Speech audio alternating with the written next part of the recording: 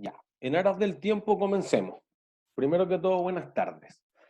¿Dudas que tengan de las lecturas?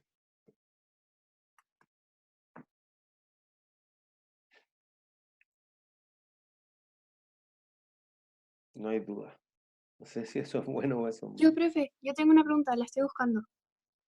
Yo tengo una duda, que en el texto dice que como por ejemplo el animal, uno tiene que ver por la forma como lo va a utilizar para saber si es un PBE o no, Sí. ¿verdad? Ajá, Entonces, en la primera pregunta alternativa te dicen los animales de un zoológico, ajá.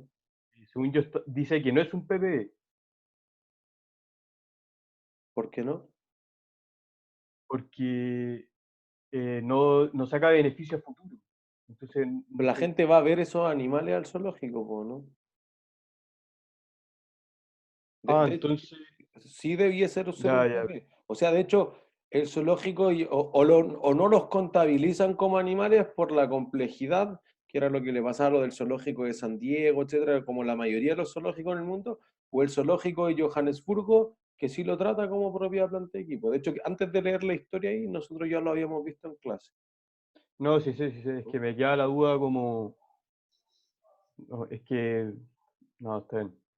Está bien. O sea, fuera de que la norma particularmente diga no, que solamente las plantas portadoras son propiedades planta y equipo, eso no quita que otras instituciones que no ocupan IFRS o algunas empresas que han tratado de adoptar otras normas las traten igual que una propiedad planta y equipo, en el fondo con el costo menos la depreciación acumulada y cualquier deterioro.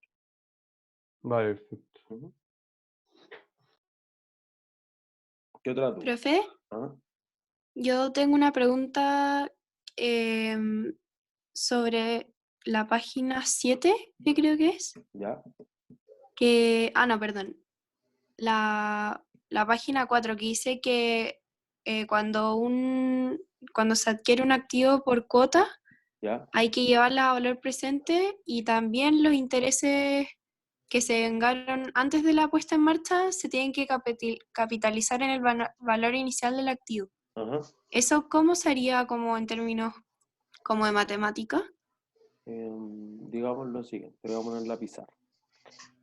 Digamos que tú dijiste, compro terreno en 6 cuotas mensuales de 50 millones. ¿Ya? Entonces tú dices ya. Lo que tengo aquí es que el valor presente sería 50 millones traído a valor presente. Invento. Digamos que la tasa mensual es del 2%. Entonces aplicaríamos la fórmula de la anualidad. Obviamente, si las cuotas son todas distintas, una de 20, una de 40, una de 60, tengo que traer a valor presente cada una de esas. Pero Ya. voy a ocupar la fórmula de la anualidad. Entonces digo, mira, esto de aquí me va a dar, invento el número, 280 millones. Listo. Ese es el valor al contado. Pero además tú vas a decir, listo, como el proveedor me está dando cuotas, yo tengo que decir, y aquí quizá siempre es mejor hacer una línea de tiempo, ya, lo compro aquí, pero yo debo incluir dentro del costo todos los costos hasta el momento de puesta en marcha. Entonces, ahí algunos costos podrían ser los intereses. Entonces uno dice, mira, la puesta en marcha ocurre 3 meses después. Bueno, solo los intereses de las 3 primeras cuotas los tendría.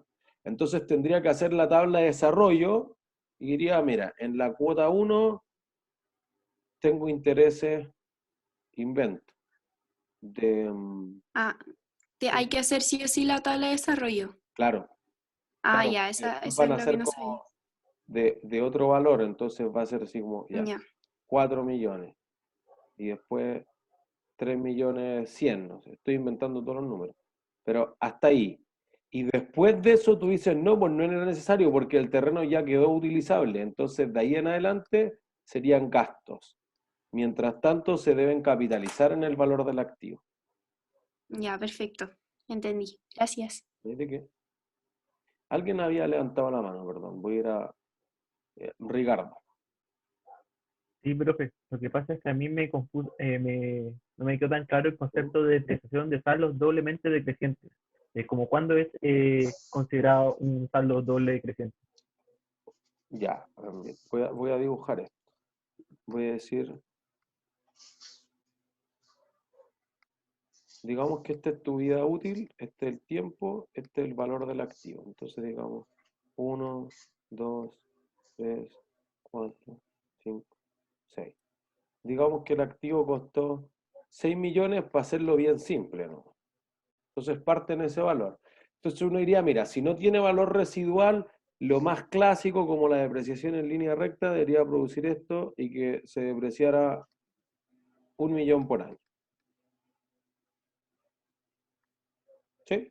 Entonces el saldo doblemente decreciente te dice, mira, voy a depreciar el doble de lo que deprecié antes. Perdón, de lo que debería depreciar normalmente. Entonces al final del primer año va a llegar hasta 4 millones. Entonces después voy a decir, ya, pues, ahora ya no puedo depreciar otros 2 millones porque se va a demorar la mitad de la vida útil. Entonces voy a hacerlo en el doble de lo que debería depreciar aquí. ¿Entiendes? Entonces todos los años, en vez de hacer un sexto, voy a hacer el doble, 2/6 o 1/3. Entonces voy a decir, ya, acá se va a depreciar 1/3 de los 4 millones. Va a llegar hasta 2.666.000. Voy a tener control en breve. No, porque no estés tú ahí por si es que hay que hablar o algo. Sí, tú. Voy a silenciar a Martín. Después entonces voy a depreciar 1/3 el siguiente año. Entonces 1/3 de esto debiera ser algo así como 888 y fracción. Entonces esto me va a quedar así, algo así como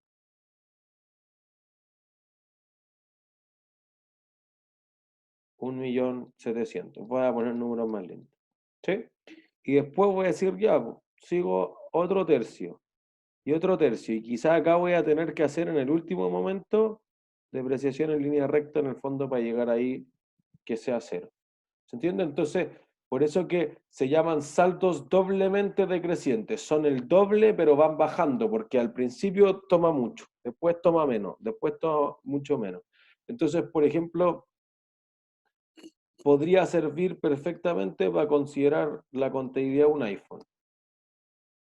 Porque se deprecia mucho al principio cuando es la novedad y después más bien se mantiene en su valor en uso.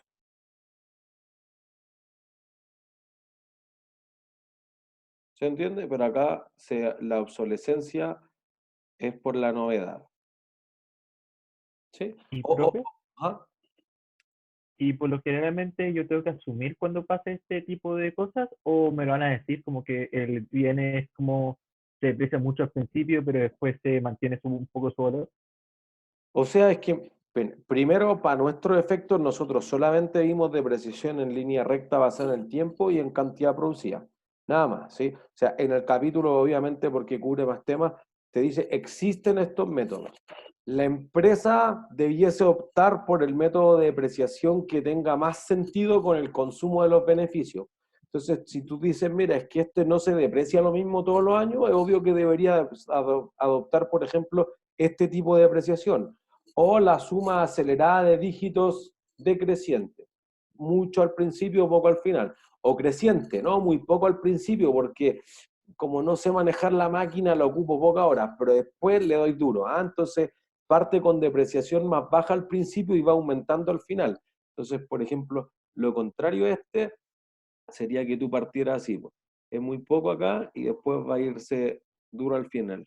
Entonces, al final igual voy a consumir los 6 millones del valor depreciable, digamos, pero eso va a producir que en el tiempo los distribuya de una forma distinta. ¿Y cómo debería hacerlo? Bueno, lo que se parezca más a lo que ocurre realmente. Si la depreciación es una estimación del desgaste, pero ojalá eso tenga la mejor representación de la realidad de la compañía, en el fondo apuntando a la característica de la imagen fiel.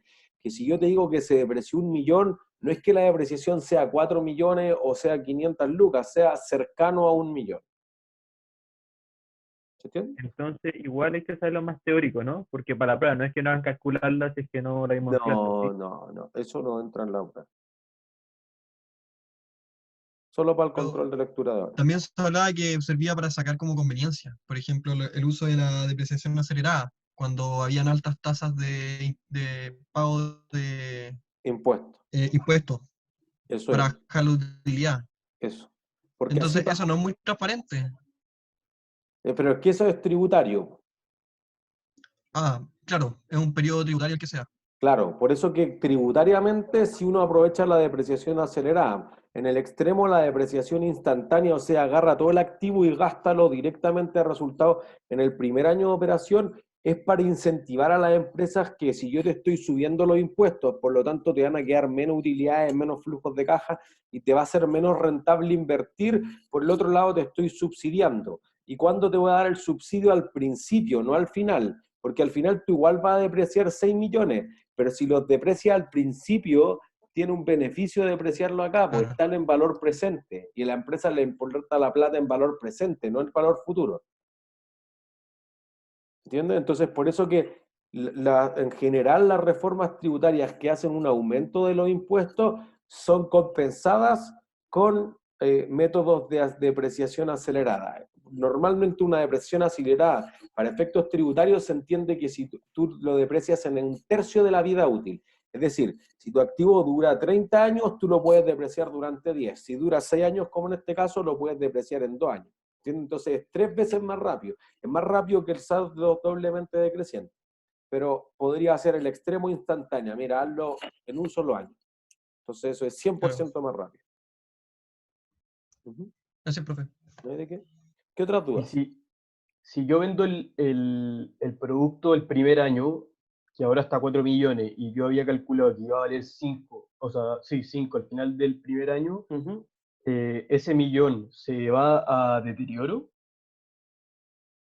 No, porque para ti contablemente vale 4, está en este punto.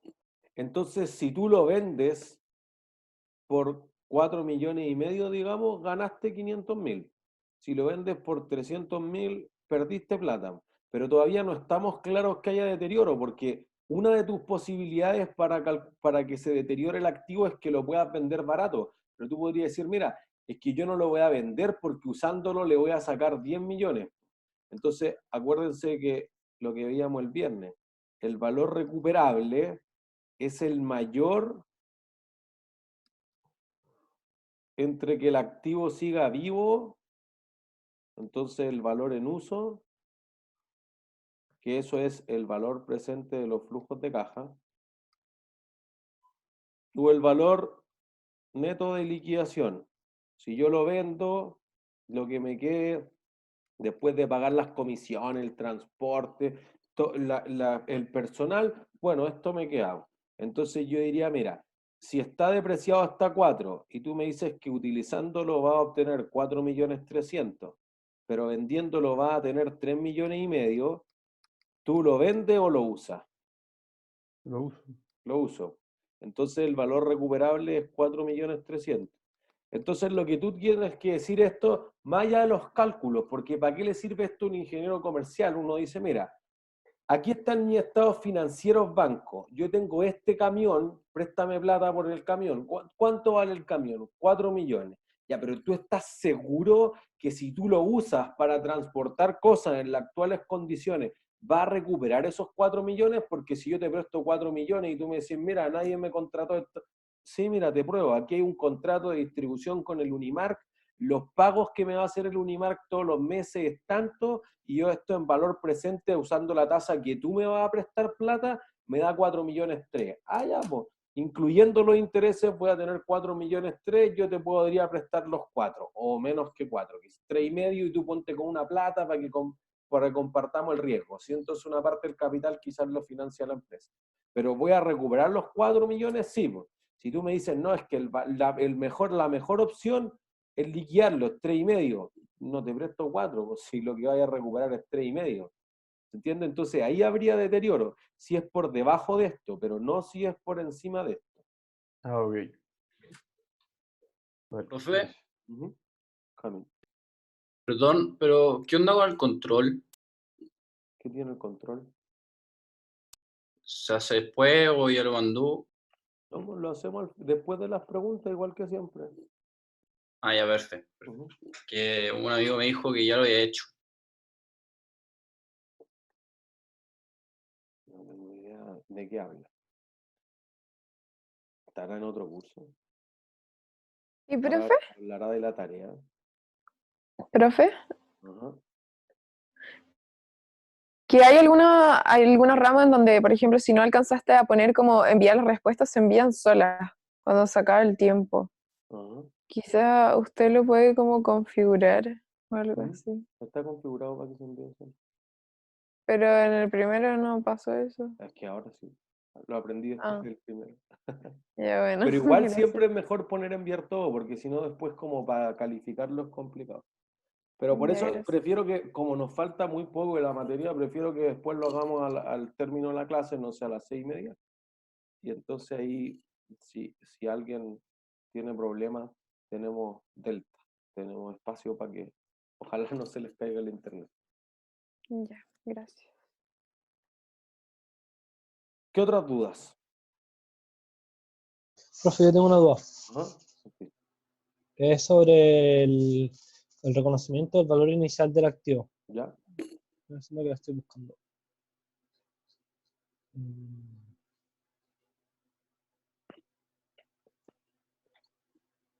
Profe, mientras la busca, los costos indirectos de fabricación o costos indirectos, ¿se contabilizan en el costo inicial del activo o no? No me quedó muy claro Sí, la se lectura. contabilizan. O sea, los costos indirectos, bueno, es un tema más de conta 3, pero se refiere a todos los costos que no son materiales y no son trabajadores, pero aún así los necesito para construir. Esa es la parte de los activos que uno construya o fabrique. Entonces, tú necesitas depreciación de las máquinas, arrendar una fábrica, suministro, etcétera, agua, luz, pero más o menos cuánta luz. Si tú hiciste 10, bueno, un promedio. Y eso se refiere al costo indirecto. Como que en el fondo tú se lo vas a asignar considerando alguna base de asignación a los productos, pero aún así son necesarios para dar lugar al producto. ¿Se entiende? No podría terminarlos sino. Ya, perfecto, gracias. Martín, ¿la encontraste? profe, ya lo encontré. Que en el reconocimiento del valor inicial, ¿Ya? ¿a qué se refiere con compensaciones pagadas a terceros? Por ejemplo, que tú tengas que mover a alguien. Entonces tú dices, vamos a inundar un terreno para hacer una central hidroeléctrica, ¿sí? O para hacer una represa. Entonces, lo que vamos a tener que hacer es sacar a las personas, tú tuviste que pagarle a las personas que vivieran cerca o que queden por debajo de la línea, etcétera. Entonces tú tienes que darles compensación. Ah, ya, perfecto. ¿Entiendes? En general tiene que ver con los costos así como de las comunidades. Ya, perfecto. Gracias. ¿Qué otras dudas?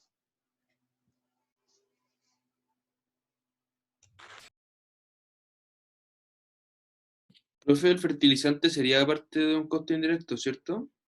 ¿El fertilizante? ¿Sí? ¿Fertilizante de qué? No sé, de una plantación. Sí, me parece que podría ser. Si es que Y la profe, plantación fuera considerada una propiedad plantera. Bueno, en todo caso, si fuera considerado un activo biológico también sería, así que sí. Los fertilizantes utilizados hasta el momento que quede lista, pues cuando ya está lista, después un gasto por fertilizantes, pero hasta que esté Sí, sí. lista, sería costo. ¿Alguien iba a preguntar algo? después de que está lista, profe, es como el aceite de una maquinaria. Tal cual, gasto por mantenimiento. Profe, cuando se contabiliza una mejora en el estado de resultado, afecta el valor del activo, pero también se incluye en la cuenta de costos, ¿verdad? Es que cuando es un costo es parte del valor del activo. Por eso no va al estado de resultado, va Ah, digamos, al estado de situación financiera, al balance. ya. Perfecto. Como que aumenta el valor de tu propiedad planta de equipo al debe y abonas la caja que pagaste o la cuenta por pagar que tengas por el costo de la mejora. Si no fuera una mejora, si fuera una reparación menor, entonces sería como el gasto por reparación menor o por mantenimiento contra la caja o contra la cuenta por pagar que tengas. Perfecto. Gracias. ¿Mire qué? ¿Más dudas?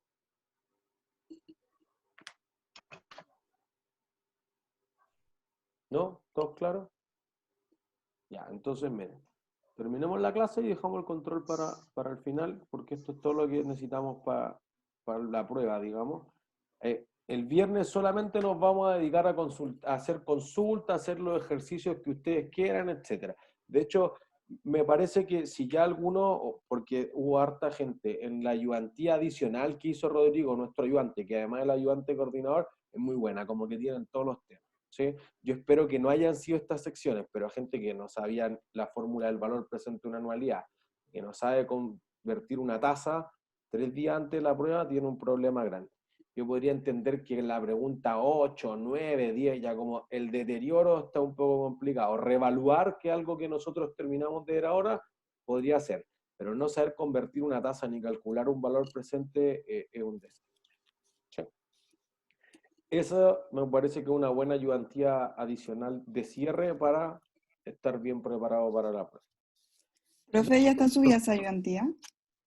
Yo creo que sí. O sea, el enunciado me parece que sí. Rod en la mañana me dijo que le estaba haciendo unos ajustes y después yo estuve en clase y contestándome todo el día.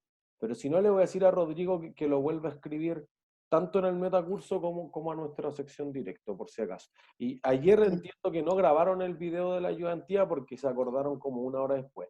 Pero en la de hoy día, que no tengo idea qué hora era, la iba a grabar. ¿Sí? Y ojalá, Ya, gracias. sino que también está el horario de Diego Yacaman, que es el ayudante coordinador de Viña, así que también podrían ir a la de Diego si no les calza lo otro, que es mañana a alguna hora. ¿Sí? Ya. Entonces, ¿Profe, ¿a qué hora es la prueba el sábado? no estamos seguros todavía, porque estamos en conversaciones con la gente de Webcurso que dice, mira, en economía ya tomaron una prueba para 2000 personas y no se cayó un Webcurso. Pero nosotros decimos, mira, por si acaso estamos pensando en algo del tipo que a las 9 de la mañana empiece conta 1, después media hora después empiece conta 2 y media hora después empiece conta 3, para que cuando haya que terminar la prueba queden, digamos, 700, 800 quizás, no 2000, y así es menos probable que se caiga la plataforma. ¿Sí? Y además lo que estamos pensando, y ahí está viendo justamente el detalle el coordinador general con el líder de área, es que, y esto es una petición que venía de los estudiantes de Viña, que ojalá que dure 1 hora, la mitad de la prueba, 15 minutos de descanso para que vayan al baño, coman, tomen agua, fumen, hagan lo que quieran, y después otra hora. Entonces está pensada en que sea más corta que una prueba tradicional, no más fácil, sino que más corta, ojo, de 1 hora cada uno, para que puedan tener este break, la mitad, no sé, 50 puntos al principio, la mitad después, y estos 15 minutos de entretiempo, porque así además en esos 15 minutos podemos resolver cualquier problema técnico que tengan y ya al menos tienen subida la mitad de la prueba, ¿sí? Para que no vaya a pasar que a alguien se le fundió el computador después, bueno, no perdió todo, perdió la mitad, está más diversificado el riesgo. ¿Sí? ¿Y en Así esos que ese es 15 el plan. minutos se pueden trabajar? Buscamos el detalle, se los vamos a postear en webcurso con las instrucciones, etc. Perdón, ¿alguien decía algo? Sí, yo. En esos 15 minutos igual se puede trabajar si uno quiere. Es que no, pues se va a cortar como que nadie la va a poder ver, para que sean condiciones justas. Yo ya hice mi prueba del magíster de finanzas y como que esos 15 minutos son necesarios, entonces como que ya tuve la prueba, pero como que termina 1 hora y alguien dice, oh, se me cerró el link, se me cayó ya 2, 3 minutos, etcétera, pero la primera parte, nadie ha visto la segunda parte, y después le mostramos la segunda parte. ¿Entiendes? ¿Y cómo va a Entonces, funcionar? ¿Va para a que ser se lo como tomen. computadora y Excel? ¿Cómo va a funcionar? ¿Va a ser como una especie de cámara con Excel o va a tener cuaderno, Sí, escaneado? ¿Cómo va a funcionar la prueba más o así yo menos? lo hice. Yo lo hice todos con su cámara prendida al mismo tiempo y que después tenían que subir el Word, el Excel, lo que les fuera más cómodo, así como la tarea. No debiera ser muy distinto que la tarea. Entonces, que ustedes ya antes de la evaluación ya tienen su Word, su Excel abierto con su nombre guardado, listo para que los menos distractores posibles. En la mañana en contabilidad 3 alguien me plantea, decía, bueno, pero si lo hacemos a mano y enviamos la foto, es que Turnitin no puede ver la foto, necesita el texto. Entonces, en principio yo les decía que no a los de Conta 3, pero se lo planteé al coordinador de área. Le dije, mira, ¿qué pasa si lo que hicieron en otros cursos? Nos envían una foto con su letra, con su root, etcétera, para que tengamos una prueba antes de, y después vemos si el desarrollo de la prueba está escrito exactamente de la misma forma. Si no concuerda, entonces un 1 por plagio. Profe, entonces hay que saber usar Excel como obligatoriamente para el No, curso. no, podrían hacerlo en Word con la calculadora del...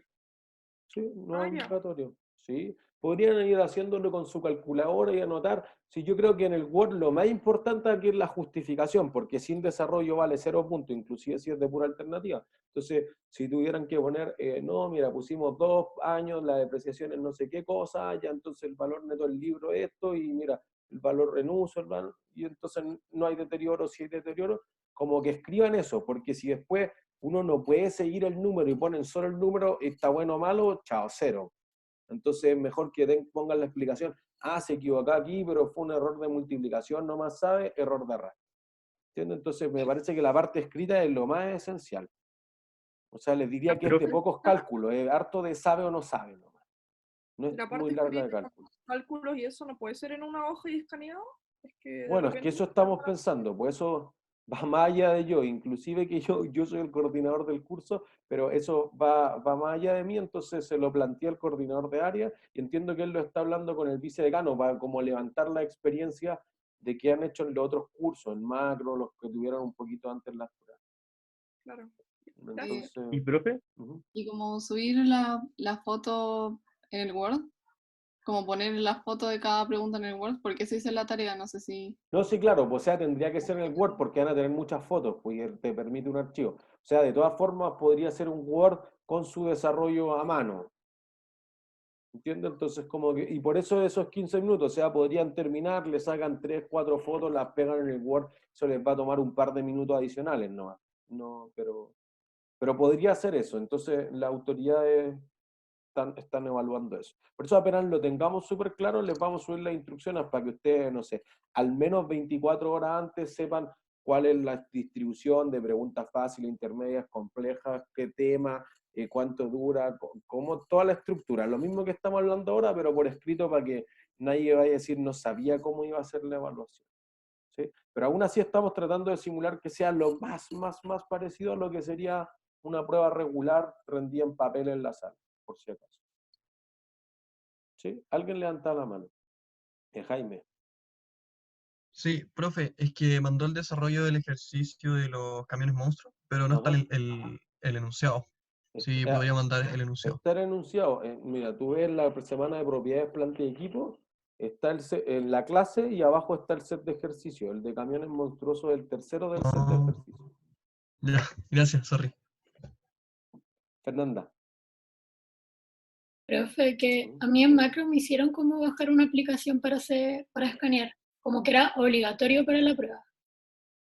Y como que en esa aplicación ya tú vas escaneando y como que todas las fotos las hacen un PDF que se puede subir a Webcurso. Y también funcionó con econometría, entonces, eso no sé. Claro, por eso como esa experiencia, para que nosotros no es imposible, profesor, ir buscando a los otros profesores, pero por eso el vicedecano está conversando, como que tiene más datos de todas las áreas transversal, de lo que han hecho las matemáticas, las otras escuelas, por lo demás, no solo la escuela de negocios. Entonces, esperamos utilizar lo mejor que haya pasado en eso. Tenemos una reunión mañana justamente para eso, y vamos a tratar de hacer lo que mejor haya resultado para el resto de los que ya tuvieron la evaluación. Ya, ya. ¿Y profe? Uh-huh. Si uno lo hace en Excel, ¿tiene que poner los cálculos al lado o en el Excel mismo con una presión aparece los cálculos lo podemos dejar así? Es que si suben el Excel no va a estar. Si suben el Word con una tabla, tendrían que poner cómo llegaron al cálculo, pero si no, yo pudiera mirar el Excel que celdas multiplicaron. Ahí lo que les sea más cómodo a ustedes. A algunos les será más cómodo Excel, a otros no. ¿Y un Word con screenshot de Excel? Eso, pues, pero si ustedes tienen un Word, copian lo de la tabla y la pegan como tabla en Word nomás, pues ni siquiera tienen que hacer un screenshot, ¿no? ¿Para qué van a hacer un pantallazo? Si la pueden pegar y puede quedar bonita, o sea, porque como que se pixelea la foto de más. La tabla no se pixelea, por si acaso.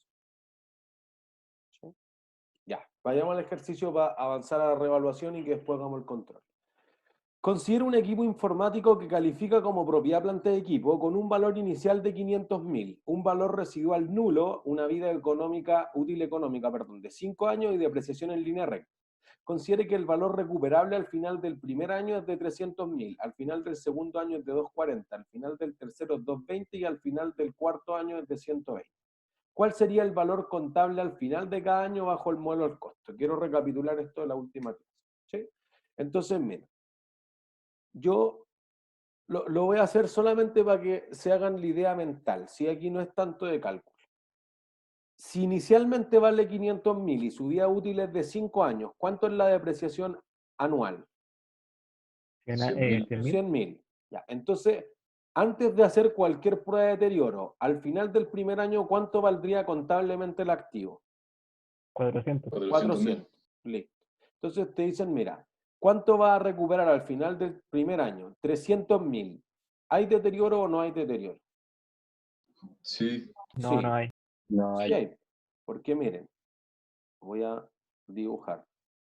Voy a dibujar encima del PowerPoint mejor para no perder esto. Ustedes dijeron esto.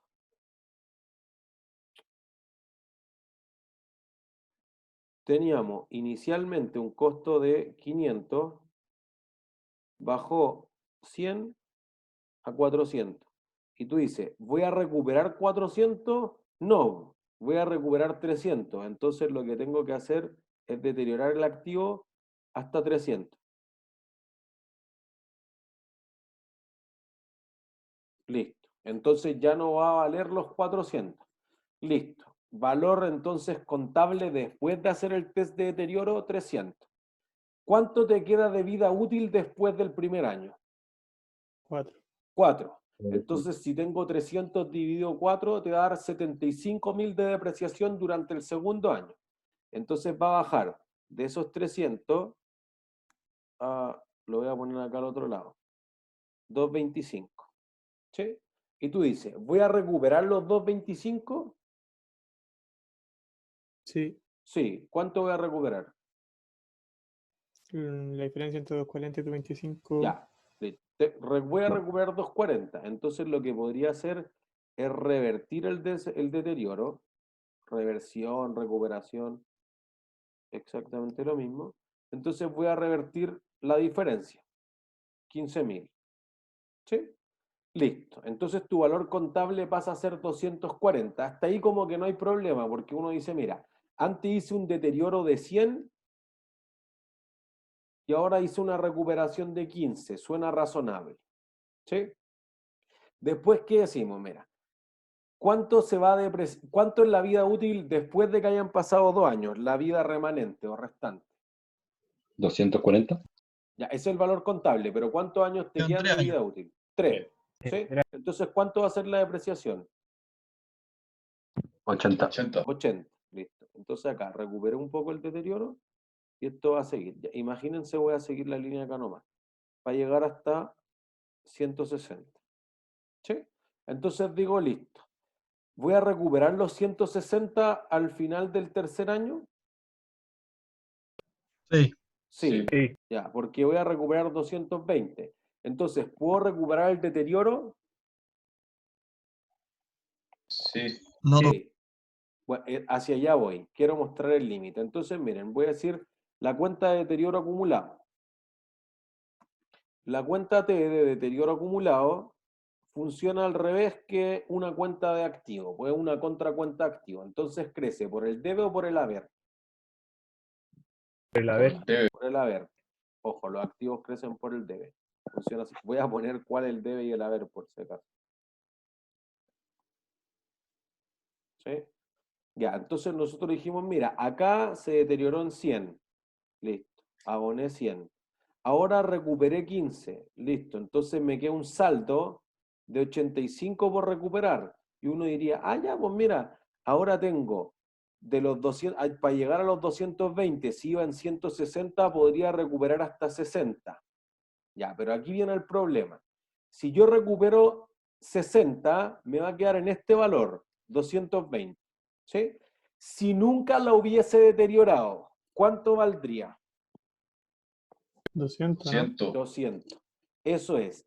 Entonces no puede ser que tú al hacer este juego contable entre que deterioro, ya no deterioro, etcétera, porque en el fondo piensan que el deterioro es como el castigo de los incobrables, pero el castigo de los incobrables es irreversible, ya se escapó el cliente, quebró la empresa. En cambio, el deterioro es como que ahora no está tan bueno el mercado, pero podría ser que en 6 meses más tengo todos los aviones llenos de nuevo y recupero el deterioro, ¿sí? Entonces, debería ocurrir que si ustedes hicieran como una línea acá, sería como una línea imaginaria. Y entonces el valor contable jamás debe pasar de eso. Entonces no podría ser nunca más que 400 al final del año 1, 300 al final del año 2, 200 al final del año 3 y 100 al final del año 4. ¿Se entiende? Entonces justamente aquí tu límite es llegar a 200.000. Y la empresa siempre debe hacer ese cálculo. Porque si no se pasa, y entonces si tu límite era 200 y yo lo muestro por 220, ¿qué es lo que hice con el activo? Sobrevaloré. Lo ¿Lo revaloricé. mejoré? Po. Y entonces eso es el método de revaluación, no el método del coste. ¿Se entiende? Entonces tiene que llegar a 200. Y después entonces voy a decir, listo, pues si llega a 200 al final del tercer año, máximo, no puede recuperar todo, solo llega a 200. ¿Cuántos años le restan de vida útil después de 3 años de operación? 2. 2. Entonces, ¿cuánto se deprecia? 100. 100. Listo. ¿Y cuánto era la depreciación original? 100. 100. No se puede depreciar más que eso, porque es como, nunca pasó nada, borrón ni cuenta nueva. Bueno, máximo 100, pues no se puede depreciar 110, por ejemplo. ¿Entiendes? Entonces, después, deprecio 100 y al final del cuarto año vale 120. ¿Voy a recuperar lo que tengo invertido al final del cuarto año? Sí. Sí, porque deprecié 100, o sea, vale 100 y voy a recuperar 120. Listo, no hay deterioro. ¿Se entiende? Esa es la lógica. Entonces, que tenerlo más claro, no son cálculos muy complejos, pero hay que tenerlo claro que hay una lógica para no engañar que yo voy a recuperar más o menos como que podría ser un fraude tu estado financiero, o que estás revaluando un activo, pero podría ser eso que no es tu perfil, no es lo que tú quieres hacer en el fondo. ¿Se entiende? Entonces ahí voy a tener que va a ser 25, el deterioro, etcétera, la depreciación es de 80.000, bla, bla, bla. Después vamos a llegar a 160, entonces va a subir máximo hasta 200 y se quedan los 200. Y al final del último año baja a 100. Ah, aquí está el gráfico. Mucho mejor. ¿Se entiende? Entonces ahí está la línea punteada que nosotros decíamos. No debe pasar de eso. Si baja, hay deterioro, pero después no debiera haber una diferencia por encima de eso, sino que vuelve como al valor original. ¿Sí? ¿Es claro para todos? Listo. Entonces el modelo de revaluación. El modelo de revaluación es usado principalmente por empresas que, por ejemplo, legalmente tengan que obtener una rentabilidad que la fija una entidad reguladora sobre eso. ¿Podrían ocuparlo otras empresas? Seguro que sí. Pero las que más utilizan en el mundo son las empresas de servicios básicos, por una razón económica obvia. ¿Cuánto aguas andinas te conviene tener?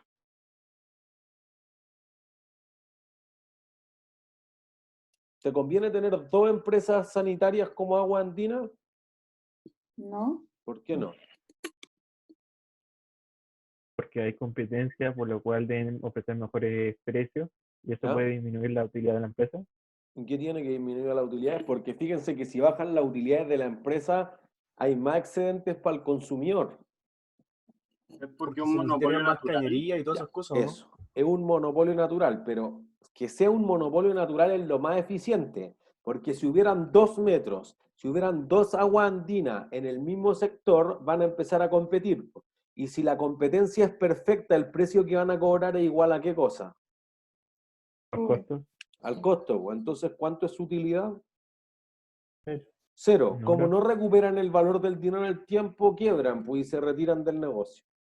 ¿Entiendes? Entonces, si quiebra agua andina es terrible. Entonces, lo lógico es que estas empresas que hacen inversiones cuantiosas, agua andina, Enel, generación, distribución, como quieran, que hacen mega represas, que hacen kilómetros de cable, etcétera, de torres, repetidoras, satélites, etcétera, necesitan que sean lo único. Pero dado que son lo únicos, podrían ir a cobrar el precio monopólico y abusar del consumidor. Entonces se regula. Y la regulación técnica dice, mira, bajo estos parámetros usted debería ganar, por ejemplo, Metrogas, 11% de rentabilidad. ¿Sí? Bueno, entonces cuando usted me presente la utilidad de cada año sobre la inversión que realizó, eso no puede ser más que 11%. ¿Sí? Listo. Entonces, por eso poníamos el cuadro en la lectura de que Metrogas en algún momento obtuvo más de 12 y Metrogas empezó en la discusión, no, es que ustedes dicen que es sobre una inversión de 100, yo digo que es sobre una inversión de 500 y bla, bla, bla, y ahí entraron en el problema. Entraron en el problema que en realidad tú decías, bueno, pero las cañerías que llevo hasta la casa de la persona, dado que están en el patio, quizás no son un activo. ¿Entiendes? Cuando nosotros veíamos la primera clase como de introducción al curso, la lógica del costo y el valor razonable, yo había puesto en el para qué el caso de Metrogas. Bueno, entonces, si no tiene control, no es un activo, es un gasto. Listo, le quito hacia atrás que eso, como tenía más gasto, no ganó tanta plata, pero su inversión ahora es mucho más baja, entonces en este periodo, en vez de ganar, invento, 15 sobre 100, dado que no tiene estos activos, ganó 15 sobre 50, entonces ganó 30%. Tiene que bajarle el precio de la energía a toda la gente retroactivamente para compensarlo. Eso es lo que dice la ley. ¿Se entiende? Para ese tipo de empresas tiene sentido el valor razonable porque deben mantener un valor actualizado en cualquier momento del tiempo, porque su alternativa siempre es retirarse del negocio y venderlo, pues entonces van manteniendo al valor al que podrían vender. ¿Sí? Acuérdense que nosotros estuvimos concentrados en el valor razonable, pero el valor razonable tiene tres niveles. Por una parte tiene el nivel de el precio de mercado. Eso es lo mejor porque es objetivo. Yo voy y compro esta herramienta en el home center, listo, pues entonces este es el precio de un martillo, de un taladro, etcétera, cualquier otra propiedad planta X. ¿Sí? Si no hay un mercado para el activo, porque tú dices, mira, el edificio de la universidad, no hay otro edificio como ese. Bueno, entonces voy a una segunda categoría que decíamos es el valor de un activo similar o el costo de reemplazo. Bueno, mira, en esa parte de Peñalolén el metro cuadrado vale tanto, los costos de construcciones, claro, no son las casas Chuy porque otro estándar, pero mira, se acaba de construir el Botánico, etcétera, y más o menos esto. Allá, pues. No es un valor que sea observable, yo no puedo ir a la bolsa de comercio y mirarlo, no puedo ir a un catálogo o algo que sea público, pero me estoy aproximando por un activo que se parezca. Y si no tengo nada que se parezca, entonces voy a un nivel 3, que es el valor en uso. Y el valor en uso es el valor presente de los flujos de caja. ¿Entiendes? Entonces digo, mira, yo estimo que vamos a generar tanto, que esta es más o menos la tasa de descuento, dos parámetros que no puedo decirles tan bien o mal porque el gerente sabrá, pero que en valor presente valen tanto. Ese es tu valor razonable. ¿Se entiende? Entonces, es razonable que yo pague más o menos esas tres cosas por ese activo en esas condiciones. ¿Se entiende? Entonces lo que tú vas a decir es, mira, en todo momento del tiempo el valor revaluado va a ser el valor razonable menos lo que se haya depreciado. Entonces, claro, si yo lo valorizo al final del año y presento los estados financieros a fin de año, no hay depreciación. Pero puede ser que tú llamaste al tasador en junio y estás presentando los estados financieros de septiembre o de diciembre. ¿Por qué? Porque la empresa no puede andar valorizando todos los días, o sea, gastar toda la utilidad en llamar a un tasador. ¿Se entiende? Y eventualmente que podría darse el deterioro acumulado. ¿Sí? Entonces, si se deterioró antes que yo hiciera la revalorización, entonces eso tendría que restarlo también. Entonces, la parte significativa que cambia respecto al costo es justamente acá. Este lo mido al valor razonable y el otro lo mido al costo. El resto es más o menos lo mismo. Las propiedades se deprecian y le pasa exactamente lo mismo que al resto. Entonces, ¿qué ocurre aquí? Lo que uno tiene es que el valor razonable podría ser que se parezca al deterioro. Por ejemplo, cuando uno habla de una revaluación positiva o revalorización, sí ocurre. En el caso del modelo del costo, solo baja y se puede deteriorar, solo se deprecia y se deteriora.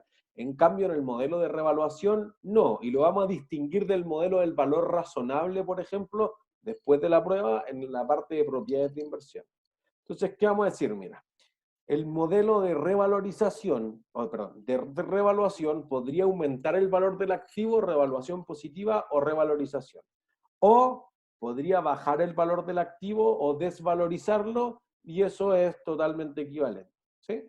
¿Por qué ocurre esto? Porque cambian las tasas de descuento. Entonces, mientras más alta sea la tasa de descuento, más bajo el valor presente. Ah, ya. O al revés, porque bajen las tasas de descuento. Ah, y suba esto. Listo. O por alguna otra señal. Por ejemplo, tú te dedicas a la explotación petrolera. Entonces tú dices, listo, yo tengo una plataforma en la mitad del mar, una propiedad planta de equipo. Me dedico a extraer petróleo. ¿Cuánto vale un barril de petróleo? ¿Alguien sabe cuánto vale un barril de petróleo? Hoy día está menos 20 en Estados Unidos, ¿no? Eso es. Precio negativo. Entonces uno dice, no, pero ¿cómo? Si es lo mínimo, si no vale nada, un activo es cero. No, pues las economías cambian. ¿Entiendes? El lunes los barriles de petróleo bajaron desde $20 y llegó a ofertarse a menos 40 el precio más alto, 35, 8, 36, digamos 40. Entonces uno dice, pero qué estupidez, si el petróleo igual vale algo y se agota. ¿Se entiende? O sea, cuando planteamos lo de los recursos naturales, dijimos, mira, se agotan, por eso que no te va a quedar nada, no se puede renovar el petróleo. Sí, pues, pero las empresas produjeron tanto y entonces tenían tanta oferta que dijeron, mira, yo tengo que seguir produciendo porque no puedo detener la maquinaria y además si yo me quedo con los barriles de petróleo voy a incurrir en otro costo. ¿Qué costo? ¿Inventario? Eso es, de bodegaje. Tengo el inventario, que me lo roben, tengo que pagar seguro, entonces no es gratis tener esto. Entonces las empresas dijeron, mira, entre que yo tenga que ocupar la bodega, entre que tenga que botarlo, tiene esto un costo ambiental, no voy a llegar y tirarlo. Imagínense que si yo trato de parar la perforación petrolera y empieza a salir petróleo, el costo ambiental es brutal, $10.000 millones le llegó a costar a British Petroleum. Entonces uno dice, chuta, los costos ambientales no son pocos, prefiero decirle a alguien, mira, ven para acá y llévate los barriles de petróleo. ¿Cuánto te pago? $7, $10, $15, $25, $35. Y entonces el precio se fue a negativo. Era más fácil que alguien te sacara los barriles de petróleo. Esto, ojo, ocurrió solamente en el área de Texas, en el Golfo de México. ¿Sí? Entonces, porque ahí ya no había espacio, no había un metro cuadrado donde meter más barriles de petróleo. Por eso muchas empresas de carga dijeron, aquí la plata está tirada. Aquí lo que hay que hacer es bajar todos estos containers de este mega barco y empezar a acumular barriles de petróleo, etcétera. Porque por cada uno que suba, tengo el petróleo que en 5 meses más, en 6 meses más, cuando se acabe la pandemia, va a valer algo. Piensen que el año pasado llegó a valer $60, es un año y medio, digamos. ¿Sí? Entonces, va a valer algo. Y además me pagan $7 por subirlo a mi barco. Estoy listo, tengo que puro esperar. Pero ¿cuánto esperar? Ese es el problema, hay incertidumbre, ¿se entiende? Entonces, cuando uno ve esto, uno ve una señal del deterioro. ¿Entiendes? Entonces, la desvalorización y el deterioro podrían ir de la mano. No siempre son lo mismo, pero se parecen. ¿Se entiende? Por eso que quizá las empresas dicen yo voy a revaluar nomás, ¿para qué voy a hacer el test de deterioro? Si en realidad si el activo voy a recuperar poco, el valor razonable ya va a capturar que el activo vale poco. ¿Se entiende? Entonces son equivalentes, no exactamente lo mismo, pero parecen ser cercanos, digamos. ¿Sí? Entonces, miren, este esquema es el mejor. ¿Qué dice uno en la valorización posterior? Al principio, uno tiene un valor inicial, digamos, de cualquier propiedad, planta y equipo, lo voy a poner a ver, con naranjo. Voy a ponerle 1.000 pesos, ¿ya? Entonces tú dices, este es el año 0. Aquí lo compré, listo. Este es el año 1, este es el año 2. Ya. si el año 1 subió hasta 1500, podría pasar algo. Voy a mover la barrita aquí. Y podría bajar hasta, digamos, 700. Voy a poner todas las situaciones.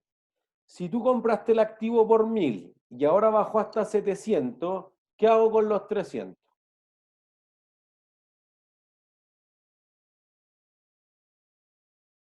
¿Alguien sabe qué? Perdón, ¿qué cosa? ¿Deterioro? Ya, deterioro. ¿Y el deterioro qué es? Pérdida. Pérdida. Listo. Entonces, fíjense acá. El primer año, si baja, lo llevo a pérdida por revaluación. ¿Sí? Porque fíjense, yo tenía una máquina que se dañó, que en realidad ahora nadie la quiere utilizar, etcétera. Bueno, por eso vale menos, pues a nadie le funciona. Ah, ya, entonces no voy a recuperar eso, por lo tanto voy a perder plata a continuación, es cierto. Pero tú dices al revés, mira, no, pues mi máquina ahora todos la quieren, vale 1500, listo. ¿Cuánta plata gané porque ahora la máquina valga más? 500. 500. ¿Pero gané 500? No. No. ¿Cuándo voy a ganar los 500? Cuando la venda. Cuando la venda. Y si la vendo, ¿qué clase de activo es? ¿Inventario? ¿Inventario? Si es que la vendo como el curso habitual. Y si no, igual a la venta. Activo disponible para la venta. Se entiende que tú no lo esperabas, pero que dado que te ofrecen 50% más, la vendo. Listo. Entonces, en ese caso ya no sería una propiedad planta de equipo. Por eso que la revalorización o la desvalorización no son simétricas. En este caso, yo lo voy a llevar a reserva por revaluación, o también llamado otros resultados integrales, ORI. ¿Sí? Por ejemplo, si alguien ya hizo el curso antes y lo hizo con el profesor Cabrera le encanta llamarlo así. ¿Sí? También la norma habla del superávit por revaluación. Pero, ¿a qué se refiere esto? Que esto es una cuenta de patrimonio y esta no, pues esta es una cuenta de resultados.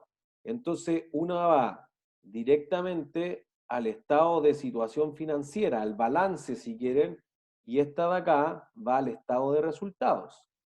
¿Se entiende? Entonces uno dice, ah, pero una te afecta la utilidad, o sea, cada vez que tengo una revaluación negativa, la primera vez tengo menos utilidades. ¿Por qué no gano plata si tengo más? ¿Por qué pasa esto? Imagínate que la utilidad de ese periodo fue 2.000 pesos, ¿sí? Y tú además revaluaste el activo y vale 500 más. Entonces yo voy a decir, no, pues es una ganancia, listo, 2.500. Gané los 2.000 normales más los 500 por revaluar la máquina. ¿Quién va a esperar más plata si es que yo la llevo a la utilidad? Mejor aún, la utilidad del ejercicio, ¿a quién le corresponde recibirla? ¿A los accionistas? A los accionistas. Entonces, lo que uno va a decir es, perfecto, ¿los accionistas qué esperan de vuelta de la empresa? 2.500. Ya, pero ¿Dividendos? ¿qué? Dividendos, eso es. ¿Y cuánta plata yo tengo para pagar dividendos? ¿Tengo los 2.500? No. No, ese es el problema. Entonces, cuando se revalúa positivamente, tú dices, no puedo pagar más dividendos. Entonces, por eso, los accionistas eventualmente sí se van a enriquecer porque tiene una máquina que genera más plata, porque a futuro te va a generar mejores flujos de caja y se van a devengar a futuro, o porque si eventualmente la vendo, sí van a tener 500 más y voy a ganar plata. Pero mientras tanto no han ganado ni uno. ¿Por qué no es simétrico cuando baja? Porque cuando baja la máquina, tú dices, ¿pero por qué bajó? Porque se dañó. No, los próximos 3 días no podemos utilizar el auto, no podemos utilizar la máquina. Entonces, el accionista realmente va a ganar menos plata, por lo tanto va a recibir menos dividendos. ¿Se entiende? Por eso es asimétrica la contabilización del activo, no es igual para ambos lados. ¿Se entiende? Entonces, fíjense, si el segundo año si el segundo año yo revalorizo y va, por ejemplo, a 1.900, entonces sigo creando la reserva. ¿Sí? Entonces, como ya creé la reserva, listo, va a la reserva. Si baja, es tu problema. Si baja, por ejemplo, a 900, Perdón, alguien levantaba la mano. Ricardo. Ricardo. ¿No? Perdón, ahora sí que lo tenía muteado. ¿La reserva a dónde se iría? ¿Sería el patrimonio o a qué parte del balance o estado de resultados sería? Pues en tu patrimonio tiene el capital social, la utilidad retenida y lo que yo llamo las cosas raras. Y las cosas raras es reservas por revaluación, entre otras cosas raras. Pero es una cuenta del patrimonio directamente. No pasaría por el estado de resultados. Si fuera hacia abajo, pasaría por el estado de resultados. ¿Y qué nombre deberíamos darle? Reserva por revaluación o superávit por revaluación. ¿Entiendes? Por eso Ya. que pasa como por un complemento del estado de resultados normal que vemos, que es otros resultados integrales. Cosas raras.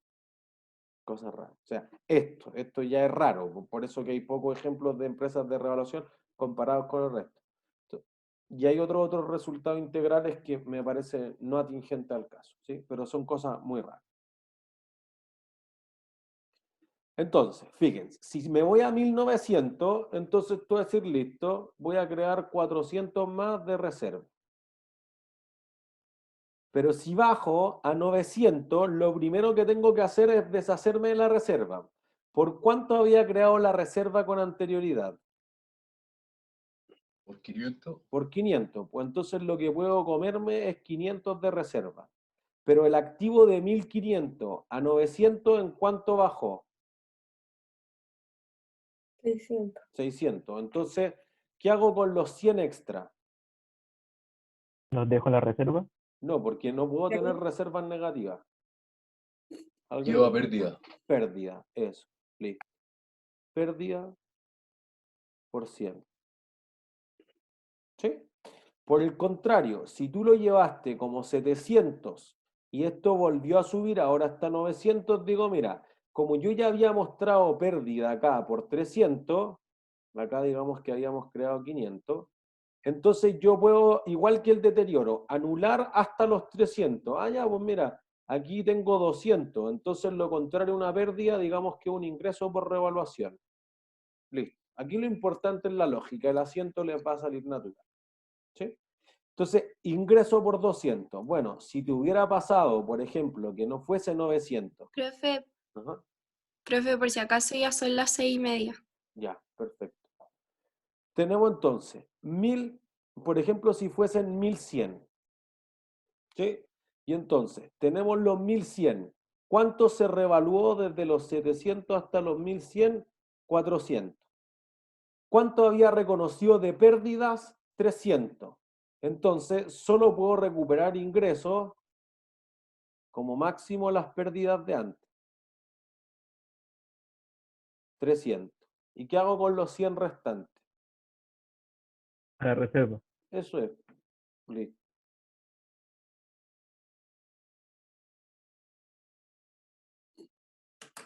¿Se entiende? Y eso es más o menos toda la complicación del modelo de revaluación. Obviamente, uno podría decir, mira, pero ¿qué pasa si lo llevo a 1500? Bueno, ahora se va a depreciar sobre 1500, sobre 700, etcétera, pero eso tiene que ver con la depreciación, ¿sí? Como que hay en el cálculo. Pero la complicación de si va a resultado, ingresos y pérdida, o si va directamente al patrimonio, a reserva en la complejidad, porque si por el otro lado tú dijeras, no, el activo más malo ahora vale 500, bueno, perdí 200, sigo perdiendo, o sea, si ya tengo pérdida y más pérdidas, sigo en las pérdidas, igual que si sube y tengo reserva y tengo más reservas, también puede crecer la reserva, no hay ningún problema con eso.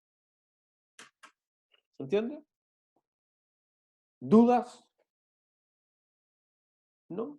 Entonces, eso es más o menos toda la esencia del modelo de revaluación. El día viernes vamos a ponerle números a esto para practicar un poco más, pero lo tienen en la tarea, etcétera.